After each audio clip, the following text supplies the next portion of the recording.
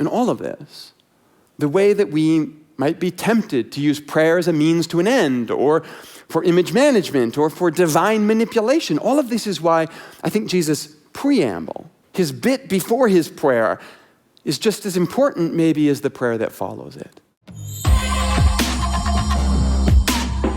Today, we begin an exploration of the Lord's Prayer.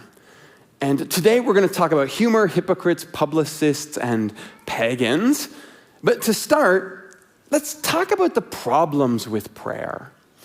Because if you are anything like me at all, you have probably found yourself at some point trying to pray, and yet silently questioning, what is all of this about? Now, maybe that's because you found the idea of speaking to the divine both beautifully profound and downright absurd all at the same time. Fair play, so do I. Perhaps it's because you tried to pray, and it was hard, and you couldn't keep your focus, or you didn't feel the way you expected. Maybe because you prayed and it didn't work. You prayed and things still turned out badly. For all of these reasons, and a lot more, prayer is a far more complex dance than we sometimes admit. I mean, what is prayer supposed to be exactly? Is it an expression of worship? Is it crossing our fingers and hoping for the best? Are we snapping our fingers and demanding that God get to work on our behalf? Maybe all of the above? Is prayer reverent, or is it personal? Is it private or public? Is it something that we do on our own, or is it something we do together? Again, maybe all of the above. And maybe that's why prayer has such an important and yet often ill-defined practice in our lives, because maybe it just needs to stay a little bit open-ended. A few years ago, Tina Fey wrote a book. It's called Bossypants. It was good. But in it, she wrote a prayer for her, at the time, newborn daughter.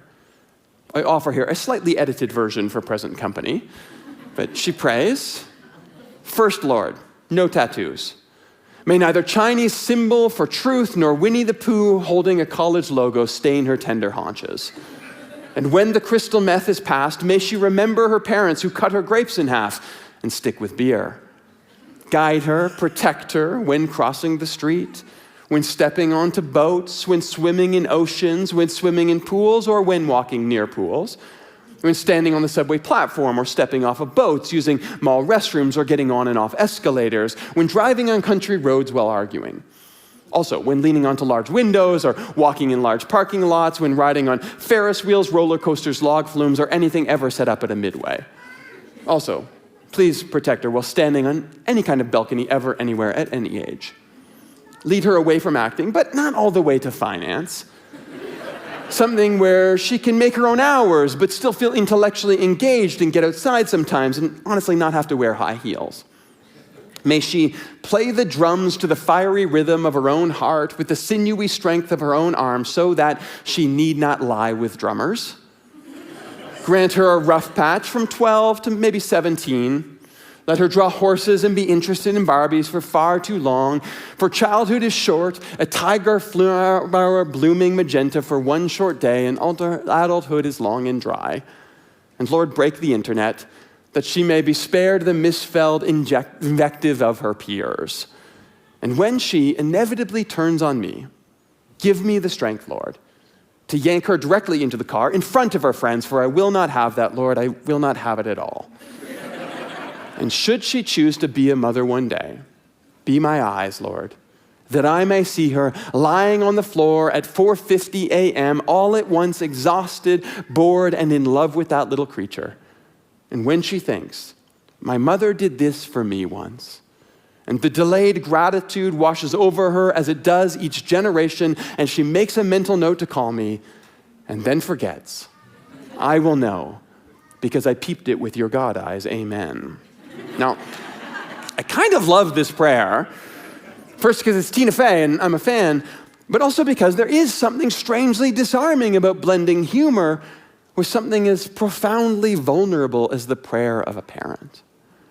Now, Tina may not think about prayer the way that I do, I don't know, but between the laughs, there's an honest reckoning here with the profound responsibility of parenting, and that feels sacred to me, like a prayer. And I think that is part of what I genuinely love about prayer, that it can be almost anything we want it to be, even funny, as long as it's honest. And that might seem like a strange place to start a series called How to Pray. I mean, after all, if prayer can be anything, what is there to learn? But then maybe that's the genius of Jesus. Because as much as the Lord's Prayer has become a liturgical prayer, one that we recite together regularly here at Commons, and one that has been used by countless Christians for millennia now to guide their prayers.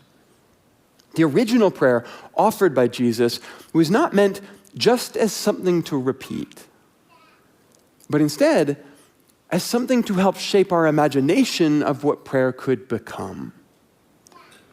And in fact, that prayer was offered as a corrective to some of what Jesus saw as broken attempts all around him. See, this is what we read in Matthew chapter 6, just before Jesus offers his prayer. And when you pray, do not be like the hypocrites, for they love to pray standing in the synagogues and on the street corners to be seen by others. Truly, I tell you, they have received their reward in full. Instead, when you pray, go into your room, close the door, pray to your Father who is unseen. Then your Father who sees what is done in secret will reward you. And when you pray, don't keep on babbling like the pagans, for they think they'll be heard because of their many words. Don't be like them. Your Father knows what you need even before you ask. This, then, is how to pray. Now, we'll get to Jesus' prayer, I promise. In fact, we will spend the rest of this series, all the way to Holy Week, looking at the content of Jesus' prayer. But I want to start here today because I think it's important to understand what Jesus is trying to do with this prayer. The Lord's Prayer is not just about what to say. It's a model for how to think about how to pray. And there's really sort of 5 movements in the prayer, 5 core ideas that Jesus addresses with his prayer, maybe even 5 questions we could ask ourselves when it comes to constructing our prayers. We'll get to all of that in the coming weeks. But first, let's look at what Jesus sets up as a contrast to his prayer. And he talks about 3 things here. Hypocrites who use prayer as a means to an end. Publicists who use prayer as an exercise in image management. And pagans who use prayer as an incantation to manage the divine. Let's talk about those categories. And we'll start here. When you pray, do not be like the hypocrites. Now that line in verse 5 is actually a callback to the previous paragraph where Jesus also tells us not to give to the needy the way that the hypocrites do. First off, just know this. Write this down. All the hypocrites in your life, all those people that you can't stand, they're out there doing a lot of praying, giving a lot of money away to the poor. Maybe don't be so hard on them after all, okay? I mean, good for you, hypocrites. Credit where credit is due. Am I right? Yes, I know that is not Jesus' point, but at the same time, as I was reading it this week, I realized maybe it's not such a bad idea for me to remind myself from time to time that whether or not I like someone, that isn't the end of their story. There's more to them. That's it. Why is Jesus so choked here? We should talk about that. Because I don't think that what Jesus wants is for us to fall into a paralysis of self-analysis. Like, if I can't be sure that my motives are 100% pure, does that mean I should not pursue doing good in the world? Or if, let's say, I run a business and I make my living from that and I feed my family, does that mean that I can't consider the good that I accomplish at work part of my faithful stewardship in the world? Well, I would say no. Although to be candid, I make a living in large part standing and reading prayer, so maybe I'm a little bit biased here, but I would say, particularly when we're changing course in our lives, trying to make changes for the better, oftentimes, most of the time, maybe even all of the time, our motives are a jumble of conflicting intentions. That in itself does not make you a hypocrite. That makes you human. In fact, I would argue that the more aware and the more honest you are with yourself about all of the conflicting intentions and emotions that drive your movements in the world, the less chance there is for you to fall into that vacuum of hypocrisy. The goal here is not to immobilize ourselves with unrealistic purity tests. The goal is to not let our conflicts go unnamed within our own heart. So, for an example here, if I'm honest with the fact that I really like my job, and I love public speaking, and I enjoy getting up in front of you every week to tell you what I've been thinking and I've been wrestling with, that's not hypocritical. Hypocritical would be me pretending that there's no relationship between my ego and my career. There is. Jesus is not talking about some mythical reality where you get to live your life without conflicting intention. Jesus is talking about when you give yourself over to playing a role. And maybe you already know this, but the word that Jesus uses here, hypocrites in Greek, is literally the word hypocrite, but it had a very different connotation at the time. See, it actually wasn't until the 1200s that this word entered into the English language, and it was largely because of this verse right here. Now, when it did, it took on the common meaning of hypocrite, one who advocates for behaviors they do not practice. You could think of celebrities advocating for climate change sensitivity while sailing the world in their fossil-fueled yachts. Sorry, Leo, that's just what came to mind, never mind. But obviously that's not exactly what's happening here. I mean, these people aren't advocating for something they're not doing. They're doing the thing. I mean, what's the problem? Well, the problem is that hypocrites had a very specific meaning in Greek. It referred to an actor or someone who played a role on a stage. You know, you can see how over time that translates into the English hypocrite. But here, Jesus is talking about doing good in exchange for the role that comes with that act. So maybe a promotion or more authority, more privilege, maybe even respect. I mean, he talks specifically about public image in the next line. But this term, hypocrites, is directly related to the transaction of turning your performance into favorable outcomes. And that's important. Because if I pray and the driving motivation behind that prayer is, I want to be healed, or I want a new job, or I want a way out of this relationship, or I want someone to change because that would suit me better, then it doesn't actually really matter if anybody ever hears that prayer. I can still very easily slip over the line into thinking that the way I ask, or the nuance, the beauty of my words, the performance that I put on when I pray can swing God over to my side. As if the universe is as susceptible to sweet talk as we are. Now, does that mean we can't pray about those things? No. But anytime we find ourselves wondering if our prayer was good enough, that might be a sign that we slipped into this performative trap. It might be a sign that it's time to just sit back and remember God already knows, so silence is golden, at least for this moment right now. There's actually been something quite healing about the moments where I've found myself here, realizing I'm putting on a show, times I've been able to stop myself mid-prayer and say, I get it. I see what's happening, I'm done. I'll just listen for the rest of this period. Making peace with the fact that you can't impress God goes a long way to making prayer feel viable for the long haul. So drop the act. But what about then the public part? Obviously, that's a big part of Jesus' critique, right? He specifically brings up the image of stage actors, and if all of life is a stage, then where does prayer fit into that? I'll admit, I find this one kind of challenging. In the context of Jesus' world, offering public prayers probably did provide a level of social capital. People did think about you better. It was a way to manage your public image. But if you were to do what Jesus suggests today, go down to the street corner to pray, I'm going to hazard an observation here. Your public image may, let's say, suffer. In fact, as of 2025, Gallup's latest professional trust survey lists nurses, grade school teachers, military officers, pharmacists, and doctors in the majority favorable category. At the other end, it lists TV reporters, members of Congress, and lobbyists in the majority negative. Clergy sit just below auto mechanics in the meh category.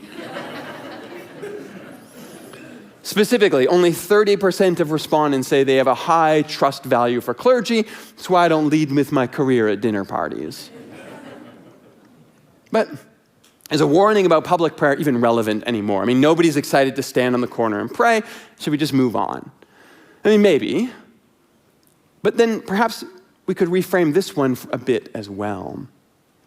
I know this is weird, but honestly, I bet you've done this too. Don't lie. I found myself praying because I think the fact that I'm praying is going to impress God. Like I've been lying in bed, knowing I'm going to lose an hour of sleep tonight. Tired, I just want to go to sleep, but all of a sudden it pops into my head, I should probably bank some prayers.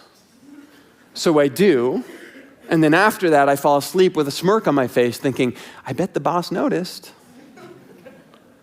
As if God is hearing my barely coherent, half asleep ramblings thinking, that guy is a keeper. I mean, maybe we do get over the idea that prayer is a performance. We set that aside. We still sometimes feel like it's an obligation. And I know it's silly, but here's the thing. We probably all do it because we probably all are conditioned to believe that God's love is transactional like everything else in our lives. It's not. I want to be clear. God could not love you more than God already does. God could not love any part of creation with anything less than perfect love. That is the point of God. And we are so used to our human relationships where attention is finite and therefore resources need to be meted out, that it's incredibly hard for us to imagine an infinite love that is inexhaustibly directed at all of us all of the time. But that's the point of God. So hear this. Your prayers cannot make God love you more. Your lack of prayer cannot make God love you less. You simply lack the necessary technology to change anything about God's love for you. But now we have this one last unhealthy prayer to reflect on before we dive into Jesus' prayer next week.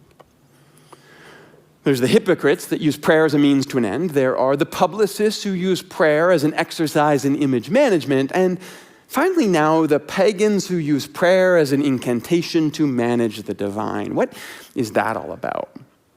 Well, it's about this line. Do not keep on babbling like pagans who think they'll be heard because of their many words. The important phrases here are batalogeo and polologia. More directly, meaningless and populous words. But there are actually two core ideas that I think best capture the intent here. The first is the concept of fluaria. The second is the idea of formula. Fluaria was a Greek concept that was related to this term batalogeo, and it referred together to gossip. Batalogeo literally means meaningless words. Fluaria literally means nonsense, but in common usage, they referred to malicious gossip. And so Ulrich Luz argues the admonition here is not about the wasted words that we use, it's actually about the specific content that we pray. Specifically, prayers that are intended to make someone else look bad, or to make ourselves look good in comparison to them. More importantly here, words that are intended to manipulate God against someone.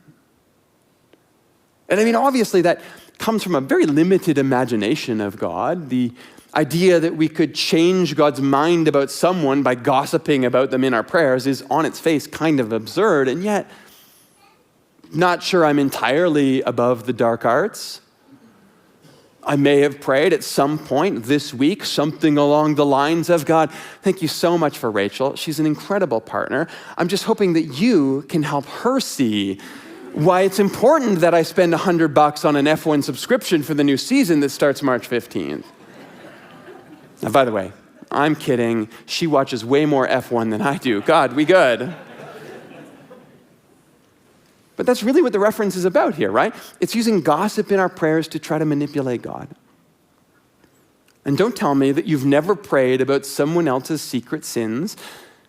Don't do that. But that is then related to the second word here, polologia. That one, John Nolan argues, points towards, and I'll quote him here, the formulaic repetition of elements in order to multiply effectiveness with the gods. In other words, it's about using repetition of certain specific prayers or incantations, again, to force God's hand where we want it. And this was something that was very specific to a plurality of Greek superstitions. Say this prayer, get this outcome. But that's also something that has very much found its way into Christian thinking at times, right? The idea that if you pray a certain way, if you use certain words, if you can find the right combination of utterance and ecstasy, you can bend God to your will. All of these are ways that we use prayer to try to manipulate God. Either to make God think a certain way about a certain someone or to make God act in the way that we want. And of course, we don't think about it as manipulation, but when it becomes that, no longer our attempts to conform to God's love, but our attempts to shape and conform God to our will, well, then we've lost the point even before we've begun to pray a word. And all of this, the way that we might be tempted to use prayer as a means to an end, or for image management, or for divine manipulation, all of this is why I think Jesus' preamble, his bit before his prayer, is just as important maybe as the prayer that follows it. Because even before Jesus teaches us how to pray, he's setting the stage by reminding us that prayer isn't for God in the first place. In fact, your prayer can't change God or sway God. You can't impress God or manipulate God. I can't move God or control God, coerce God or entice God. That's just not what prayer is about. Because prayer isn't for God, it's for us. Prayer is about aligning ourselves and our desires, our hopes, and our fears with the love that sits at the founding of the universe. Prayer is an invitation to glimpse the world, perhaps for the very first time, as it really is. It's an invitation to keep God at the center of our imagination of everything, our Father who art in heaven. It's an invitation to help close the gap between heaven and earth. Your kingdom come, your will be done.